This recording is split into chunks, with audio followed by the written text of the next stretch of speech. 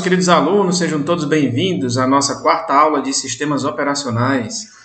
Na aula de hoje, nós falaremos um pouco sobre processos, espaços de endereçamento, sobre arquivos, entrada e saída, proteção e vamos ver como a ontogenia recapitula a filogenia no desenvolvimento dos computadores. Primeiramente, vamos começar com processos. O que é um processo? O processo é o conceito fundamental de todo sistema operacional. Ele basicamente é um programa em execução. Todo processo tem associado a si um espaço de endereçamento, que é um espaço na memória indexado de 0 até um máximo. E nesse espaço de memória, nesse espaço de endereçamento, o processo pode realizar suas operações de leitura e escrita, por exemplo. No espaço de endereçamento, a gente vai encontrar o programa executável, seus dados e sua pilha. E associada a cada processo, a gente também tem uma série de recursos essenciais para que o programa execute. Por exemplo, os seus registradores, que incluem o contador de programa e o ponteiro de pilha, uma lista de arquivos abertos, os alarmes pendentes, uma lista de processos relacionados e etc.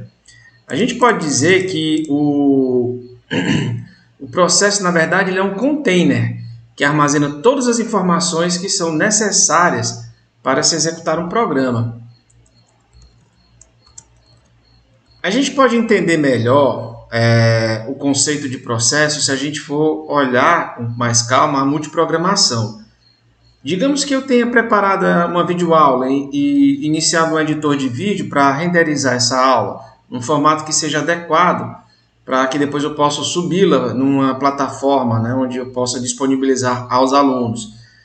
E isso aí vai levar algumas horas, obviamente. E enquanto eu espero a aula ficar pronta, eu posso abrir o navegador web, elaborar uma atividade para postar no SIGA, e de tempos em tempos eu recebo a notificação do meu programa de e-mails avisando que chegou uma nova mensagem na minha caixa de entrada. E para matar o tédio, durante tudo isso, eu posso fazer esse meu trabalho ouvindo uma música, pelo Deezer. Nesse cenário, a gente pode observar que temos aí pelo menos 4 programas ativos: o editor de texto, o navegador web, o receptor de e-mails e o streaming de música. Esses programas eles geram processos que rodam de forma intercalada. E quem vai decidir parar um processo e executar o outro é o próprio sistema operacional. Então, nesse caso, cada um dos processos vai rodar por alguns milissegundos até que vai ser interrompido pelo sistema operacional e trocado por outro. Essa troca é feita de forma muito rápida, de modo que a gente nem percebe, e ela vai nos dar a impressão de que todos os programas, todos esses 4 programas, estão rodando simultaneamente na memória.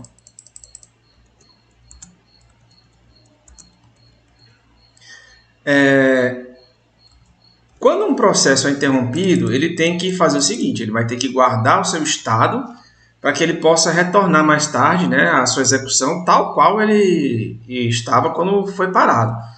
Portanto, todas as informações referentes ao seu funcionamento têm que ser armazenadas durante a suspensão. Que informações são essas? São informações tais como o conteúdo dos registradores e os arquivos que o processo tem aberto. A gente vai ter um ponteiro para cada um desses arquivos, dando a posição atual. E esses ponteiros devem ser salvos de modo que, quando a execução for retomada, os dados sejam lidos de forma correta. Todas as informações a respeito de cada processo, fora o conteúdo do seu próprio espaço de endereçamento, estão armazenadas numa tabela do sistema operacional chamada de tabela de processos. Essa tabela é um vetor de estruturas. Lembra do C? Lá de Fundamentos de Programação ou de Laboratório de Programação? Pois a gente vai ter um índice para cada processo dentro dessa tabela. E um processo suspenso consiste de quê? Do seu espaço de endereçamento e da sua entrada na tela de processo. O espaço de endereçamento, em geral, é chamado de imagem de núcleo. Esse nome é uma homenagem às memórias de núcleo magnético que eram utilizadas antigamente nos sistemas. A gente tem as principais chamadas de sistemas de gerenciamento de processos, que são as que lidam com a criação e com o término dos processos. Vamos considerar aqui o uso de um interpretador de programas, que é o Bash, o terminal do Linux, né? Você pode abrir o terminal e vai começar a digitar comandos nesse terminal. E digamos que você vai digitar um comando para compilar um programa que você acabou de fazer. Então, o Bash ele tem que fazer o seguinte, ele vai criar um processo que executa o compilador. E quando esse processo tiver terminado a compilação, ele enviará uma chamada de sistema para que ele seja finalizado. Se um processo ele puder criar um ou mais processos filhos e esses filhos também podem criar outros processos filhos, então a gente vai acabar formando uma árvore de processos. E esses processos relacionados, muitas vezes eles vão ter que trocar mensagens entre si, né? Porque afinal eles podem estar querendo realizar uma tarefa em conjunto ou para terminar sua tarefa eles precisem de dados, de informações que estão sendo produzidas por um outro processo. E toda essa comunicação ela é vital para que as atividades sejam sincronizadas, para que a tarefa seja executada de forma precisa. Os processos também podem realizar chamadas ao sistema para poder requisitar mais recursos, por exemplo. Eles precisar de mais memória, ou então liberar a memória que já não está mais utilizando. Ele também pode esperar que um processo filho termine a fim de sobrepor, né, o programa desse processo filho por outro. Ocasionalmente, há necessidade de se transmitir uma informação para um processo que está em execução e ele não está parado esperando por essa informação. Por exemplo, um processo que está se comunicando com outro processo em um outro computador diferente. Ele envia uma mensagem para o processo remoto via rede. Para evitar que a possibilidade de uma mensagem ou uma resposta ser perdida, o emissor pode pedir ao sistema operacional para que seja notificado depois de um intervalo de tempo. Assim, depois desse intervalo de tempo, ele vai poder reenviar a mensagem caso não tenha recebido nenhuma resposta ou nenhuma confirmação de chegada dessa mensagem. Esse temporizador é ligado e o programa o processo pode ser executado normalmente. Só quando o intervalo de tempo que foi solicitado expirar, o sistema operacional emite um sinal de alerta para o processo. E esse sinal vai fazer com que o processo seja suspenso, ou seja, ele vai suspender todas as atividades que ele estava fazendo naquele momento. Então ele vai ter que salvar os seus registradores na pilha e começar a executar uma rotina de tratamento para o sinal. E o que pode incluir, por exemplo, nesse exemplo que a gente está dando, o reenvio da mensagem, né? Ele vai supor que ela tenha se perdido e vai reenviá-la.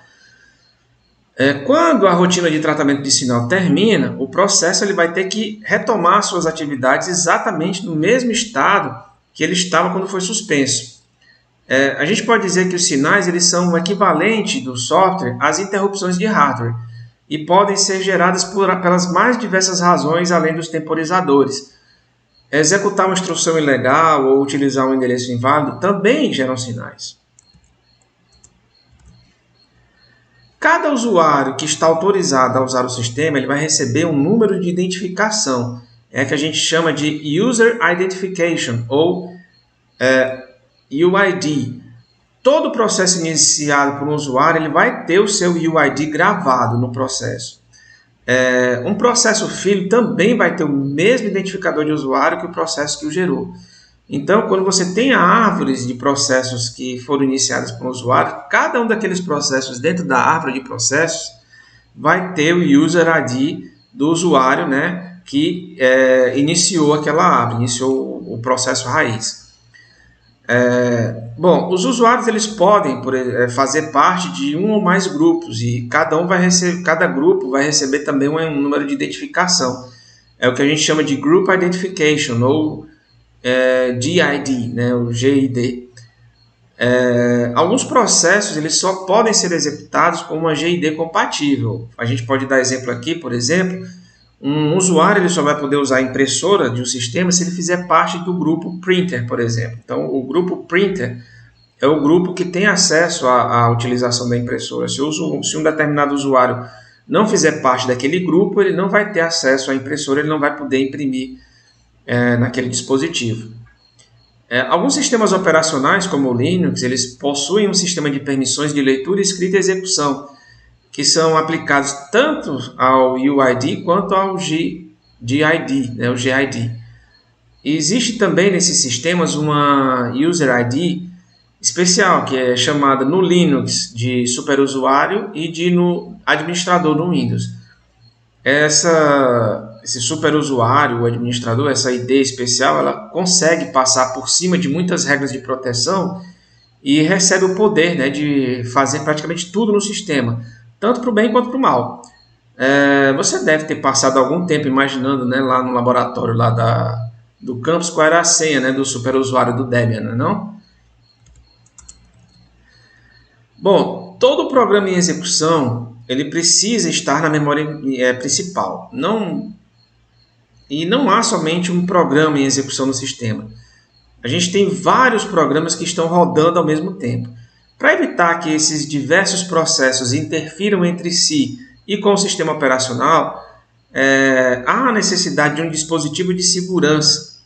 E esse dispositivo de segurança é implementado no hardware. E, embora seja implementado no hardware, ele é controlado pelo sistema operacional. Cada processo ele recebe um conjunto de endereços de memória que pode utilizar. Como eu já falei antes, esse conjunto ele é indexado de 0 até 1 máximo. É o que a gente chama de espaço de endereçamento. Então, lembre-se sempre, o que é o espaço de endereçamento? É o conjunto de endereços de memória que um processo pode utilizar. E esse conjunto é indexado de 0 até um número máximo.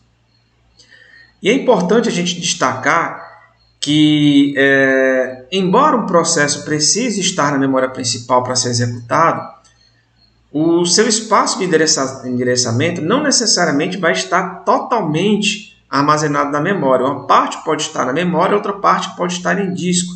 Essa é uma técnica que a gente chama de memória virtual. E ela exatamente permite isso, né? Que parte do espaço de endereçamento possa estar na memória e a outra não. Por que isso acontece? Em parte isso acontecerá porque o programa pode ser muito grande e não caber inteiramente na memória principal do computador.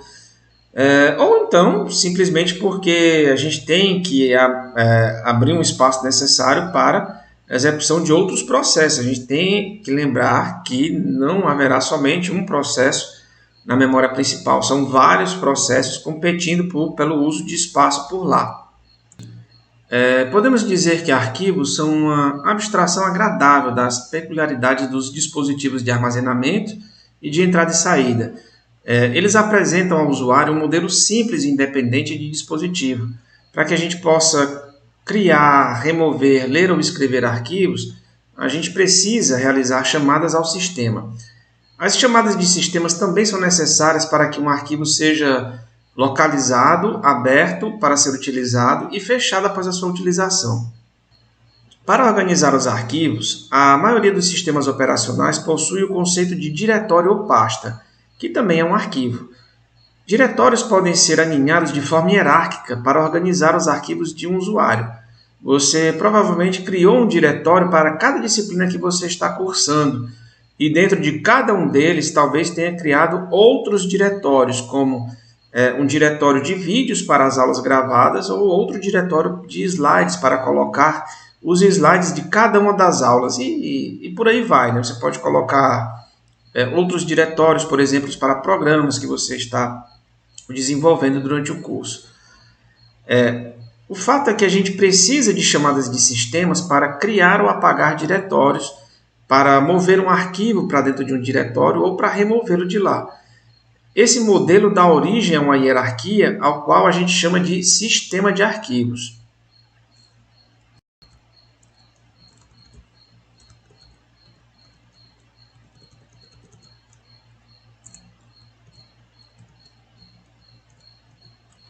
Aqui a gente pode ver, né, um exemplo, né, de um sistema de arquivos para um departamento universitário. A gente tem aqui o diretório raiz, né, o diretório dos estudantes, o diretório dos professores e por aí vai. Se você observar direitinho, você consegue construir uma árvore dessa forma, por exemplo, para o seu diretório de documentos, né, que você tem aí no seu computador ou no seu PC. Bom, e embora os processos e arquivos sejam organizados como árvores, as árvores de processos dificilmente vão possuir uma profundidade maior do que 3 níveis. Enquanto isso, as árvores de arquivos elas podem ser bastante profundas. Outra diferença entre ambas as árvores é que as árvores de processo possuem uma vida curta. Elas estão ali, elas existem somente enquanto os processos estão ativos. Já as árvores de arquivos elas podem existir durante anos. Por exemplo, meu notebook já tem 12 anos de existência, então a sua árvore de arquivos já é bem velhinha, né? Todo arquivo dentro de uma hierarquia de diretórios ele pode ser especificado pelo seu nome de caminho, a partir do topo da árvore ou diretório raiz. No sistema Linux, há um diretório que contém todos os outros diretórios e arquivos. E esse diretório é justamente chamado de root, que da tradução em inglês é raiz. A gente também aqui conhece ele como diretório barra.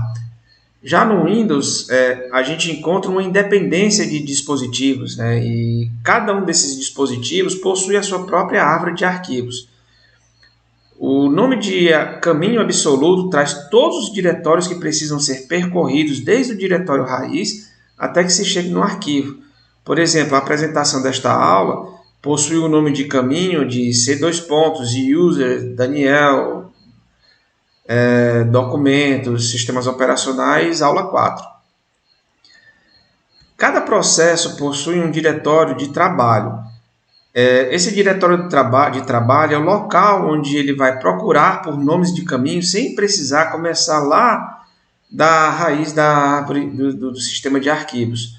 Por exemplo, se o diretório de trabalho for C2 pontos, user, C2 pontos barra user barra Daniel barra documentos, a busca pelo arquivo sistemas operacionais barra aula 4 vai resultará no mesmo resultado que a busca feita pelo nome do arquivo original, né? C2 pontos barra user barra Daniel barra documentos barra sistemas operacionais barra aula 4. Para que um processo ele possa mudar o seu diretório de trabalho, ele também precisa fazer uma chamada de sistema específica, né, dizendo qual é o novo diretório de trabalho que ele precisa. E antes que um arquivo ele possa ser lido, é preciso conferir suas permissões. Se o acesso for permitido, o sistema operacional ele vai retornar um valor inteiro que a gente chama de descritor de arquivo. E esse descritor de arquivo ele pode ser utilizado nas operações seguintes. Já no caso de o acesso ser negado, o número que é retornado, na verdade, é um código de erro. Todos os sistemas derivados do Unix eles possuem um conceito de montagem do sistema de arquivos. Lembra quando eu disse que no Linux há um diretório que contém todos os outros diretórios e todos os arquivos do sistema? Pois existe dentro dessa hierarquia do Linux um diretório especial que a gente chama de /dev.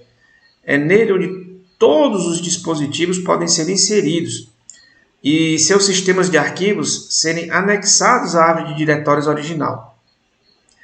Anexar o sistema de arquivo de um dispositivo ao sistema raiz é chamado de montagem ou mount. A montagem ela permite que os arquivos do dispositivo tornem-se acessível a qualquer programa do sistema que esteja rodando o Linux. Podemos montar vários dispositivos externos ao mesmo tempo, como por exemplo um CD-ROM, um DVD-ROM, um driver de Blu-ray ou pendrive ou HD externo. Todos esses dispositivos eles precisam que seus arquivos sejam anexados ao sistema raiz, né, pela montagem para que eles possam ser utilizados. Normalmente eles são montados no diretório /dev, né, por exemplo, /dev, /cd-rom, /dev, /dvd-rom, /dev, /blu-ray e por aí vai. Contudo, nada impede, né, que ele seja montado em outro diretório. A única exigência que se faz é que esse diretório ele seja vazio. Aqui na figura 1.5 a gente tem um exemplo, né, de uma árvore de sistema de diretórios, de um sistema Linux, antes da montagem, né, dos arquivos do CD-ROM e depois da montagem do mesmo, né? Depois da montagem eles vão fazer parte da hierarquia de arquivos. Um outro conceito interessante dos sistemas derivados do Unix, como é o caso do Linux, é o chamado de arquivo especial. Ele permite que dispositivos de entrada e saída se pareçam como arquivos. Dessa forma, eles podem ser lidos e escritos com as mesmas chamadas de sistemas que são usadas para ler e escrever os arquivos normalmente. A gente tem dois tipos especiais de arquivos. Nós temos os arquivos especiais de bloco e os arquivos especiais de caractere. Os arquivos especiais de blocos eles são utilizados para modelar os dispositivos que consistem de coleções de blocos aleatoriamente endereçáveis. Esse caso específico é dos discos. Ao abrir um arquivo especial de bloco para ler, o programa vai poder acessar diretamente o bloco no dispositivo, sem precisar levar em consideração o sistema de arquivos que está contido no disco. Já os arquivos especiais de caracteres eles vão servir para que a gente possa modelar dispositivos como impressoras ou qualquer outro que aceite ou envie um fluxo de caracteres, né? O modem também é outro exemplo. Então, no caso, se eu quiser imprimir um documento que eu acabei de digitar no Word, o meu arquivo especial de caracteres ele vai receber os caracteres desse documento. O meu programa, né, o Word, ele vai achar que o arquivo que o documento que eu acabei de digitar foi impresso, quando na verdade ele vai estar num arquivo especial. Só depois, quando a impressora estiver disponível, é que esse arquivo especial vai ser impresso efetivamente no papel. Aqui a gente vê um exemplo de pipe. O que é um pipe? Ele é um outro conceito bacana presente nos sistemas Unix. Ele é utilizado quando dois arquivos ou dois processos A e B desejam comunicar-se, né, mandar mensagens entre si. Então, para que esses dois processos possam conversar, eles podem usar um pipe, que é um pseudo-arquivo. Mas para isso eles têm que configurá-lo antes. O pipe ele serve para que o processo A ou o arquivo A envie dados para um outro processo. E a implementação é feita muito próxima da implementação de um arquivo. O processo A ele pode escrever os dados que ele deseja enviar para o processo B no pipe, como se fosse um arquivo de saída. E então o processo B vai ler esse arquivo do pipe como se fosse um arquivo de entrada. A gente tem no Windows um conceito semelhante, mas no sistema operacional Windows, o projeto do pipe ele se assemelha muito mais com a comunicação cliente-servidor do que com a implementação de arquivo. Por isso, eles vão parecer muito mais com os sockets do que com as operações convencionais de leitura e escrita de arquivos. Inclusive, as chamadas de sistemas, né, para a escrita e leitura no pipe são as mesmas chamadas de sistema que são utilizadas para ler e escrever nos arquivos nos sistemas Unix. Entrada e saída. Todos os computadores possuem dispositivos físicos para obter entrada e produzir saídas, né? Caso contrário, como é que a gente podia dizer para um computador fazer algo que a gente quer e depois obter os resultados, né, daquela operação? Existem muitos e diversos dispositivos diferentes de entrada e saída. E quem gerencia, né, cada um deles é o sistema operacional. E para isso, o sistema operacional ele precisa de subsistemas de entrada e saída que vão fazer esse gerenciamento. Parte do software que gerencia a entrada e saída, ela é independente de dispositivo, ou seja, ela funciona com qualquer dispositivo e vai estar presente no sistema operacional. Já a outra parte, ela é específica para um dispositivo em particular. Então, não tem como ela ficar presente no sistema operacional. Ela vai estar presente num software à parte, né, o que a gente chama de driver do respectivo dispositivo. E esse driver vai fazer a ponte entre o sistema operacional e o controlador do dispositivo, que é um sistema independente, né? Praticamente um computador independente. Ele tem um processador, ele tem seus registradores, ele possui sua memória e ele que controla efetivamente o hardware. Então o driver vai fazer a comunicação, a ponte entre o sistema operacional e o dispositivo propriamente dito. Proteção. Bom, é fato que os computadores eles vão conter uma grande quantidade de informações, né, que os usuários estão constantemente produzindo. E, obviamente, esses usuários eles podem desejar que essas informações sejam confidenciais. São informações tais como e-mails, planos de negócios, declarações fiscais e diversas outras, né? Então, cabe ao sistema operacional fazer a gerência e a segurança do sistema de maneira que os arquivos sejam acessíveis somente ao usuário autorizado. Um exemplo simples, a gente já citou anteriormente, no sistema Linux, né, e os sistemas Unix, são o sistema de proteção de leitura, escrita e execução. Cada um dos arquivos eles são protegidos nesse sistema por um número binário de 9 bits. Esse número binário de 9 bits ele consiste de 3 conjuntos de 3 bits. Cada conjunto é atribuído ao dono do arquivo, aos membros do grupo ao qual o usuário que é dono do arquivo pertence, e o terceiro conjunto de 3 bits aos demais usuários. Cada bit de cada conjunto corresponde a uma permissão, o primeiro de leitura, o segundo de escrita e o terceiro de execução. Esses bits são conhecidos como bits RWX, né? Read, Write and Execute. E, por exemplo, o código 111.101.001 significa o quê? O 111 é do proprietário, né? Do usuário proprietário. Então, ele vai poder ler, escrever e executar o arquivo. O 101 é em relação aos membros do grupo ao qual o usuário, o proprietário, pertence. E nesse caso ele pode ler e executar o arquivo, ele não tem permissão de escrita. E o 001 ele se refere aos demais usuários e indica que todos os demais usuários eles têm permissão de executar, mas não têm a permissão nem de ler e nem de escrever o arquivo. O código do nosso exemplo ele também pode ser escrito como RWX, R-X, onde o traço vai significar a ausência de permissão, né, para aquela operação.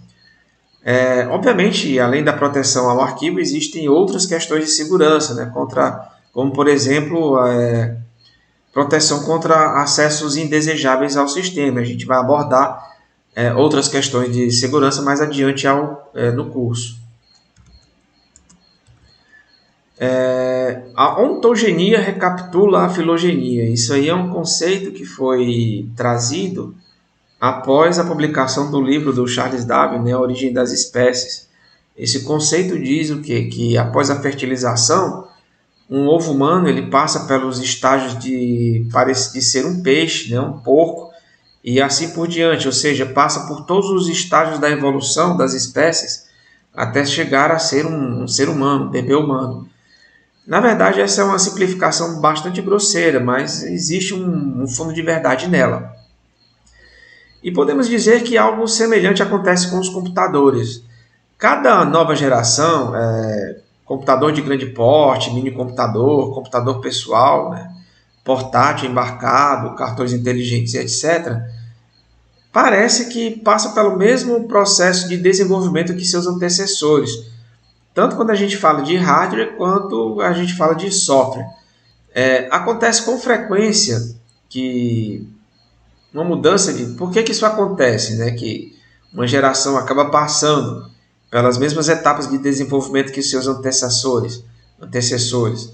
É porque com frequência uma mudança de tecnologia ela vai fazer o quê? Ela vai tornar uma ideia obsoleta.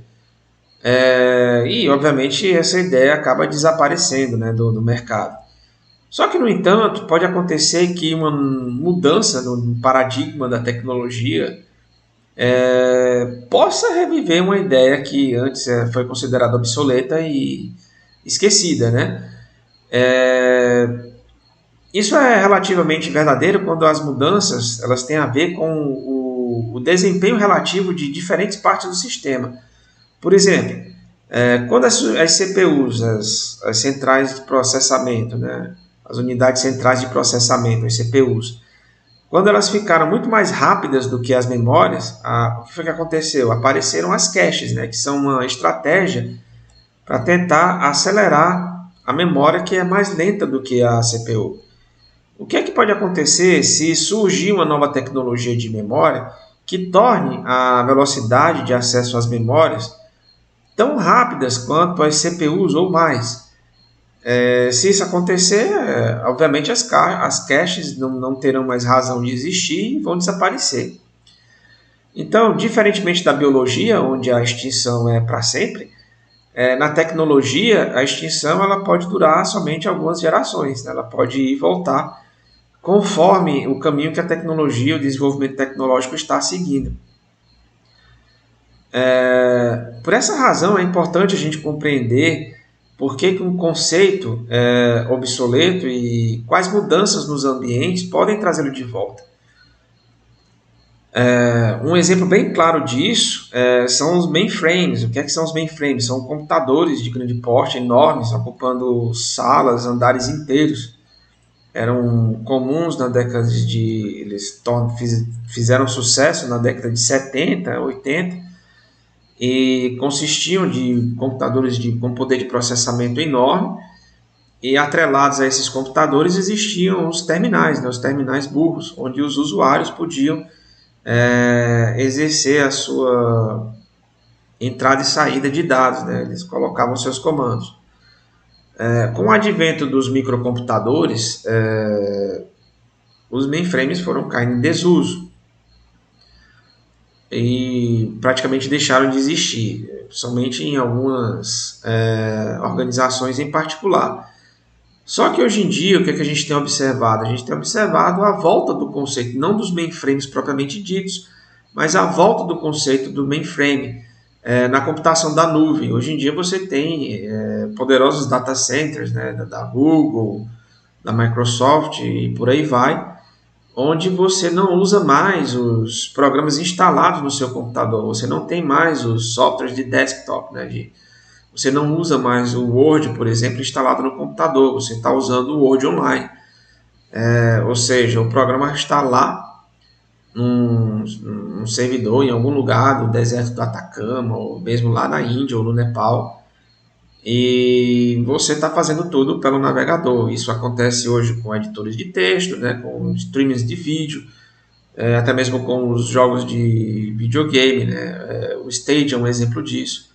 Então é um conceito de mainframe que desapareceu com o tempo, mas com a mudança do viés tecnológico, né, as redes de comunicação estão se tornando cada vez mais adequadas, mais potentes. A gente tem aí o retorno desse conceito do mainframe através da chamada computação na nuvem. Um exemplo mais antigo, a gente pode dizer que os primeiros computadores eles tinham um conjunto de instruções que eram implementadas diretamente no hardware. E por serem implementadas diretamente no hardware, elas não podiam ser modificadas, elas eram estáticas. E aí veio a microprogramação, na qual a gente não tinha mais o conjunto de microinstruções no hardware, elas eram executadas num interpretador, né? Ou seja, as instruções de hardware passaram a ser executadas no software. E isso aí tornou a implementação de instruções no hardware obsoleta e permitiu que o conjunto de microinstruções pudesse ser ampliado, modificado e tornou-se mais complexo. Só que o que foi que aconteceu? Após o boom, o grande sucesso do uso de microinstruções por interpretação, né, implementadas em software, apareceram os computadores RISC. né, que RISC significa Reduced Instruction Set, né, Computer, né, e eles foram inventados e trouxeram a microprogramação, jogaram a microprogramação na obsolência, porque agora a execução direta no hardware era mais rápida, era mais eficiente. E hoje a gente já está indo no sentido contrário, né? A gente está saindo da execução de hardware de volta para interpretação, justamente com os programas que estão rodando, né, nos navegadores, que estão rodando pela internet. Por exemplo, a gente tem os applets Java, né, que são enviados pela internet e são interpretados na chegada. E a grande vantagem disso aí é porque agora a velocidade de execução não é um fator tão impactante, né? Torna-se mais importante os atrasos que acontecem na rede, eles tendem a ser predominantes. Outro exemplo que a gente pode dar são as memórias, né? As memórias grandes, enormes. Não grandes em capacidade, mas em tamanho realmente. Por exemplo, os primeiros computadores, os computadores de grande porte, eles tinham uma memória limitada, né? O IBM 7090 ou um 7094, que eram os melhores computadores de 1959 até mais ou menos 1964, eles tinham apenas um pouco mais do que 128 KB de memória, né? E a sua maior parte eram programadas em linguagem de montagem, e o sistema operacional também era escrito em linguagem de montagem. O que foi que aconteceu é que, com o passar do tempo, os compiladores para linguagens como Fortran e COBOL tornaram-se tão bons que as linguagens de montagem foram abandonadas. Mas aí, lá depois, com os primeiros mini computadores, com o lançamento do PDP-1, esses mini computadores tinham pouquíssima memória, então a linguagem de montagem voltou, né, com força total. Então, com o tempo, os minicomputadores foram ganhando mais e mais memória e as linguagens de alto nível tornaram-se prevalentes neles, e as linguagens de montagem foram abandonadas novamente. E quando os microcomputadores tornaram-se sucesso lá no início de 1980, eles tinham apenas 4 KB de memória, né? E a programação com a linguagem de montagem foi ressuscitada. Hoje em dia, os seus descendentes, né, que são os computadores pessoais, possuem gigabytes de memória e são programados em linguagens de alto nível. Praticamente ninguém programa mais usando linguagem de montagem, né? A predominância são linguagens como Java, C++, etc. Já os cartões inteligentes, eles já estão passando, né, por desenvolvimento similar e já executam, né, em interpretador Java. Então, eles já passaram dessa fase de utilizar também linguagens de montagem. Com relação ao hardware de proteção, os IBM 7094 IBM 7090 e 94, eles não tinham hardware de proteção. Por isso que, como eles executavam um programa por vez, o que podia acontecer? Um programa defeituoso podia acabar com o sistema operacional e derrubar a máquina, né? O IBM 360 ele trouxe uma forma primitiva de proteção de hardware. Essas máquinas elas podiam então armazenar mais de um programa na memória, e surgiu aí a multiprogramação. Com o advento da multiprogramação, a monoprogramação, que seria rodar apenas um programa de cada vez, um único programa na memória, ficou obsoleta, né? Até que o primeiro mini computador comercial aparecesse, o PDP-1. Ele não tinha hardware de proteção e somente podia rodar um único programa, armazenar um único programa na memória.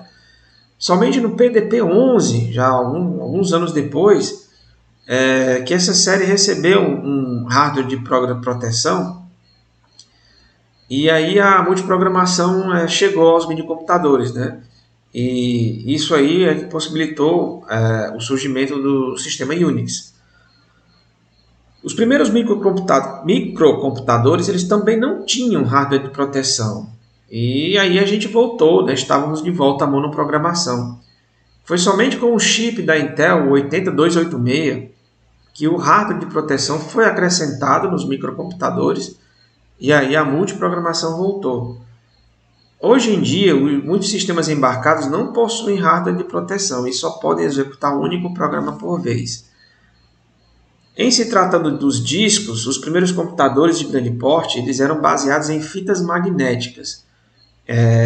Eles liam um programa por vez de uma fita, compilavam esse programa e escreviam os resultados de volta numa outra fita. A gente não tinha disco e nenhum conceito de sistemas de arquivos. Em 1956, a IBM introduziu o RAMAC, o Random Access, que foi o primeiro disco rígido. Ele ocupava 4 metros quadrados, era um disco enorme e podia armazenar somente 50 megabits de memória. 50 megabits equivale a mais ou menos 7 megabytes. Ele custava a bagatela de $35 mil, ou seja, era muito caro para muito pouco espaço de memória. Você precisaria de mais de um disco desse, vários discos desse, para conseguir ter o mesmo armazenamento que uma fita da época. Com o tempo, o preço foi baixando e os primeiros sistemas de arquivos foram surgindo. E esses sistemas de arquivos primitivos que foram desenvolvidos, eles tinham o conceito de um diretório único, somente um nível, para que você guardasse os arquivos. E aí, com o tempo, eles foram se desenvolvendo até chegar nos sistemas de arquivos hierárquicos, que eram bem mais complexos, que eram utilizados no Multics. Eventualmente, os minicomputadores também ganharam discos rígidos. Em 1970, o PDP-11 introduziu o disco RK05. Esse disco tinha uma capacidade de 2,5 MB. E também tinha aquele conceito de um diretório único, com um único nível para armazenar todos os arquivos do usuário. Quando os microcomputadores foram lançados, o CP/M foi o sistema operacional dominante na época, e ele também dava suporte a apenas um único diretório no disco. O conceito de memória virtual. Como a gente já falou, a memória virtual permite que sejam executados programas maiores do que a memória principal do sistema. Ela fica movendo rapidamente os pedaços desses programas, desses processos, entre a memória RAM e o disco. Ela passou por um desenvolvimento similar, aparecendo primeiro nos computadores de grande porte, depois ela seguiu para os mini e para os microcomputadores. A memória virtual também permitiu que um programa se conectasse dinamicamente a uma biblioteca no momento da execução, ao invés de somente na compilação. O Multics ele foi o primeiro sistema a permitir isso. Por fim, a ideia se propagou adiante e agora é amplamente utilizada na maioria dos sistemas. Todos esses desenvolvimentos, em todos eles a gente vê algumas ideias que são inventadas no contexto, e mais tarde elas são destacadas. E o que acontece? O contexto muda, e aí traz essas ideias de volta. Tá bom por hoje, pessoal? Eu espero que todos tenham entendido o que foi abordado aqui.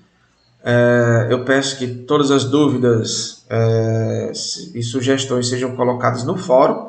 Participem do fórum para contabilizar a presença de vocês na aula de hoje.